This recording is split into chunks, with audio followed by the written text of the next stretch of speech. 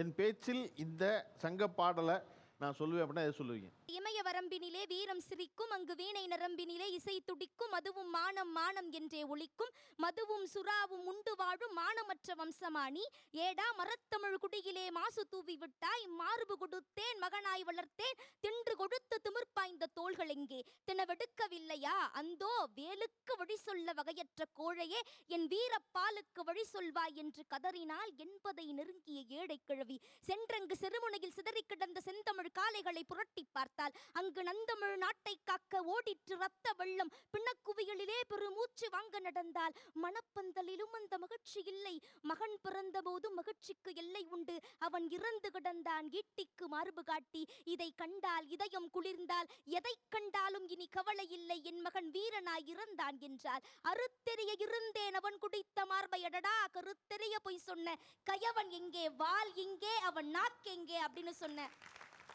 இது யார் எழுதுனது தெரியுமா நீ சொல்றது? கலைஞர், முத்தமிழறிஞர் டாக்டர் கலைஞர் உரை எழுதுனது. ஆமா, அந்த பாட்டுக்கு. ஓகே, அதை சொல்லி ஆனா எனக்கு நீங்க சொன்னது ரொம்ப பிடிச்சிருச்சுன்னா இதை இவ்வளவு அழகான ஏற்றிறக்கத்தோட சொல்லி இப்பதான் நான் கேட்கிறேன். நன்றி.